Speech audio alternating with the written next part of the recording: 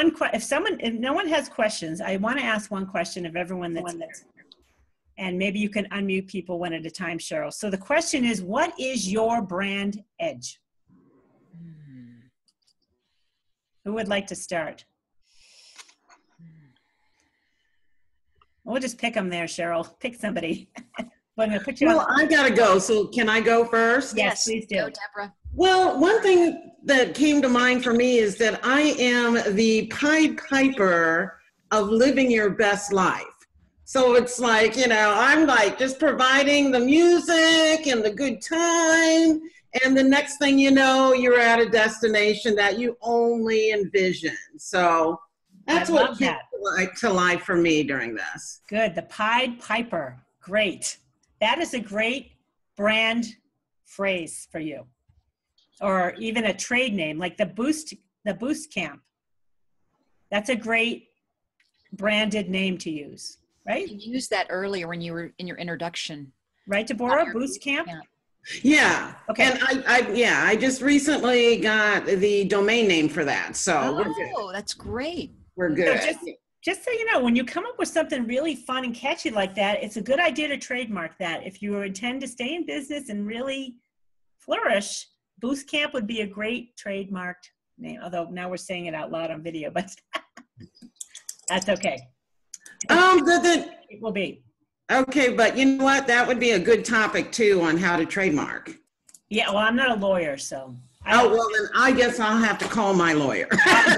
If I'm a trademark lawyer, I have them in my networks who could talk to us. That would be awesome. That would be great, yeah. That would be great. Okay. Thank you. Cheryl, what's your brand edge? Hi. You know what? Honestly, I don't know what my brand edge is. Okay, I don't know. That would be a good thing you want to think about, because that's how you're going to be memorable to people that can refer you. Yeah. What's Cheryl's edge? Could be something about your healing grace. Ooh. Okay. Ooh, Deborah, I want some of that. Thank you. And you don't have to claim ownership to it. If you feel uncomfortable claiming ownership, just have the confidence to know that you're a channel of grace. Okay. In however you want to say that. That's just an idea. Yeah, thank you. I love that you are a gifted medium and psychic, but my greatest experience with you is healing grace that comes through with you. That's a bonus. It's frosting on the cake. Like, woohoo. Okay. All right. Thank you. Linda Armstrong, what's your edge, my lovely? L-O-V-E. I don't have, can you hear me? Because you guys can't always hear me too well. I can hear you, yes. Well, my tagline is to awaken your power to heal your life and live from love. I haven't came up with a catchy name. I used to have a few of them when I was only coaching a couple of years ago. I don't even remember them. And I'm not sure that I want one, to tell you the truth. You don't want what, Linda? I like to call myself the Pied Piper or whatever the heck it is. Oh, okay. All right. Well, the love coach is do something with the love with you, because that's in your vibration for sure. I mean, you know, you're aware of that. So something around love. Bye, Deborah. Thanks for joining us. Anna, do you have to go too? No. Oh, no. I was Okay, good. just saying bye to Deborah. Okay, thanks. So anyway, Linda. Yeah, it's all about love. I mean, it's Love My Life is the website. So. Yeah. I think it could be more engaging though, in some way. It needs a little work because you do a lot. The thing with that put me off, to me that felt like, when I see people doing that, it feels to me a little unauthentic. Well, if it's aligned with truth, it won't. Okay. Right? When you feel it, you're like, well, yeah. Because if it's contrived, that's why it's contrived. People are trying too hard. Right. And I feel like you do so much that I strongly feel I want to be able to refer you more easily. How can you make it easy for me and people that love you to refer you more easily? By giving myself a little catchy phrase? Maybe. Or calling one of your programs. You know, you develop a service that's a packaged service that has a catchy phrase. That's just fun. The name alone invites in people wanting to have it. Like, oh, I want that. You know what I mean? So just for an example. Kana, what's your edge? If you have one. I like reframe and reclaim, but it may be a little too vague. It's a bit vague. So And it's not really an edge. mm, What's your expertise? Japanese Wonder Woman to the stars. empowerment. That's more of an emotion. Too general, right? It's an emotion. You Right. want people to feel empowered when they come to you. That's an emotion you want to feel, which is good. An edge is what sets you apart from anybody else. I think if there isn't something they want, just create it. Okay, so an edge for you, though, would be your story, your life experience, who you are. That is your edge. You're a Japanese woman who moved here 30 years ago, and your edge comes from being in a repressive culture for women, Yeah. right? That's a possibility of an edge. And also misbelief many HSP have that they cannot be healthy, they cannot be strong, they cannot be happy. Yeah. So an edge for you, you immediately self-identify. Other Japanese women immediately identify with you because you're speaking the truth about the culture that doesn't work for women anymore. Right? That's really where an edge would come in, is your own experience and how you're vulnerable and connect with your audience. That's where an edge gets recognized. It's not in the, you're understanding branding with the emotional side, but the edge side is you. That's what we're kind of looking for. My edge. Okay. So I'm more focused on the HSP traits right now. Yes. No Japanese culture. Okay. So that's an edge because you have the experience of being HSP. That's definitely an edge. Yes. That's your edge. Okay. Being HSP. Yep. Because it's a condition you have experience and people can relate to you because you know what they've gone through. All right. I want to move on to everyone else. Stephanie, what's your edge, my dear?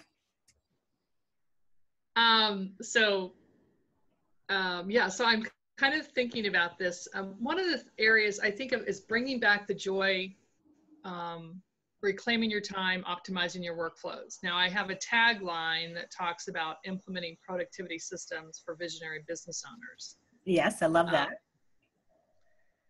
But some people, productivity systems, and I could take a poll with this group here, it may fall flat. It doesn't really evoke any emotion or anything at all. And that's really what I'm getting to is let's get you back to your joy in your business. Why did you start your business? It wasn't to be stuck in the weeds.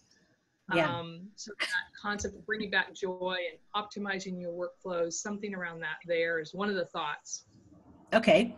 That's really more emotion you're talking about too there. You're talking about words and emotions and feelings. I personally, as kind of an analytical type, like what you said. I like getting organized, right? So you got to decide who your ideal client is. Do you want someone like me who gets you, wants the organization, wants the systems? That's a different client than maybe the other one you're talking about because you got to speak a different language. So this is where you got to align with you. What's the truth of you? Are you really more Well, opposites attract. And so you and I are very similar, Liz, and I love you, but opposites attract. And there's just a joy I have in working with opposites. So those very visionary, creative business owners. Okay. But in some ways it can be more challenging, right, than working with somebody who's more analytical. So it depends. Yeah. So I do think I've got two different audiences. Okay, well, you can certainly do that, but going through the process for yourself, make sure you're aligning with truth and not trying too hard to get an audience that doesn't fit. And I'm not saying they don't. I'm saying they absolutely can, but just make sure you're speaking the language that audience can hear. Like I totally heard the one that you said, the productivity thing. I'm like, sign me up. But others really, might because I've actually found the analytical ones are much more resistant because they think they can do it themselves. Oh, I see. Okay. Mm. Oh, good. That's good to So- know. That's excellent. Good. So you still haven't got to the edge, and we don't have time to get too into it, but Stephanie, your edge is that you come from corporate America. That's one edge. And when I first met you, that lit me up. I'm like, oh, she knows what she's doing. That's how I felt. It's like, oh, she can help me get Okay. organized. Okay. Could be, that's just an example of an edge for you, how you express that. You know, I'm a corporate runaway or a corporate refugee or whatever you want to call it, but you learned a lot having gone through it. Yeah. Right? That's kind of your edge. It's like, I've been there, I've done that, I know how they do it, and I know how successful businesses manage big companies. So that is just an example of an edge for you. Okay. The things you brought up are really emotions and, you know, taglines and words. Okay. Okay. Roger, I'm dying to hear what your edge is. I know your edge. Yeah, well, you've met with me a couple of times, so you know that I too am a bit irreverent. So really what the tuning fork therapy does is manage anxiety, panic, stress. That's really the essence of it at its foundation. And there's just a bazillion people out there doing that. So this summer I experimented with a little different branding idea. I had an artist create 2 drawings. And one was of a man and the other was a woman. They're cartoon caricatures. And the man, his shirt and tie are undone, his bottom of his trousers are slightly open, his shirt's untucked, and he looks extremely satisfied. The woman is also in a similar state of disarray, holding a pair of high-heeled shoes. And the brand that I played with was Get Forked at Mountain Sound Therapy. You told me about this, yes. I did this at a festival. I was at a farmer's market throughout the summer. And as I was out there, I was just saying, you know, as people would walk by, hey, you want to get forked? And what was really interesting, of course, was they heard a different word in their mind, turned and looked, then saw the tuning forks and made the connection. And it was very effective in that regard. Now, I don't know if that's too irreverent, if I'm missing the mark of what I'm actually trying to do, but it generated conversation. And through conversation, I was then able to relate exactly what they would be experiencing. Right. Cool. So that isn't necessarily an edge though, Roger? Well, kind of is, but it's not exactly. The edge would come from you. What sets you apart? That's really kind of a marketing message to evoke emotion, which is fun and irreverent. So I already know what's edgy about you. Do tell. Well, the fact that you were a police officer is your edge. And that you related with seriously stressful situations. Yeah, I was on SWAT for a number of years, and every assignment I worked was, they termed it high risk. So I'll just leave it at that. So you were dealing with stress at a very high level, life and death. That's your edge, in my opinion, which it doesn't have to be, but I just want to give people an example. The edge comes from you as an individual. If you're a solopreneur and you're personally branding yourself, that's a really significant edge. And if anyone else would agree or disagree, please do. But that's what sets you apart to me. When I heard that from you, I'm like, whoa, that perked me up. The fork thing is just, it's definitely engaging one-on-one where people can talk to you immediately. It's definitely a good way to get the conversation going. Mm-hmm. I don't know if it's attracting your ideal clients. How is that? No, I get where you're going with the definition between edge and something that is just a conversation starter of curiosity. Yeah, I understand that. Thank you. Okay, good. Because, yes. Yeah, I was going to say, the first thing I thought of is you wouldn't expect a policeman to be in this healing world. Absolutely not. Right? So, That's huge. So like if he can do it, anybody can do it, right? So it opens that door to people who don't understand what it is we actually really do, to be able to take a second look or something. So I think that there's something with that edge. Yeah. Yeah, and I was just going to say, I feel, Roger, it would, in my eyes, give you greater validity that you have come from such a challenging space and you've shifted into this here, and it must have worked for you, and therefore the work you do would be beneficial to me. Yeah. And I think that people would think because you were an expert in that field, you would also be an expert in this field, because your training of focusing and all the discipline that you've had to learn in your past profession, you would naturally carry it over into this profession. Your focus, discipline, you know, perseverance, good listener, all of that. Yeah. Yeah, thanks everyone. My own journey through PTSD also brought me into the healing modalities. Mm-hmm. So that's a pretty significant piece to include. So I want to point something out here about branding. Look how much came of this without really hearing too much about you, Roger, right? There's assumptions that are made in consciousness by who you are and the service that you provided as a police officer. There's already tons of information that's wrapped around that Cheryl just, every one of us here just reiterated. So that's a huge advantage that you don't have to say much. You know, I was on a SWAT team, you know, I helped police, you know, I was a policeman for 30 years. I worked in SWAT, blah, blah. One simple sentence. And that tells a story. Because you're already a humanitarian just by being a police officer. My goodness. I mean, people who put themselves, you know, their lives on the line, we already know that you're all about people once you mention that field. So for everybody here, go ahead, Linda. Not only that, but the fact that you could be under such extreme conditions and have this tool that you work with give you relief. Yeah, I got from high risk to high relief. Oh, write that one down. I'm writing that down. That's it. Cheryl's been having some great ones. And then for Stephanie, I got from corporate to compassion, or joyful flow, or flow joy, something around that, because you mentioned joy. And then for Linda, I got the love bug, like you have a love bug package or a love bug consultation, a love bug, you know, something that just grabs, and we like love bugs, right? I love that. We even like ladybugs, but love bug, like the Volkswagen bug. And then for Kana, I'm sorry, I don't have anything for you yet, but I just think when we keep doing this, if what helps is when we all pitch in, because I really like this format right here where we're all talking about ourselves. I love this. Well, this is what the workshop is intended to look like.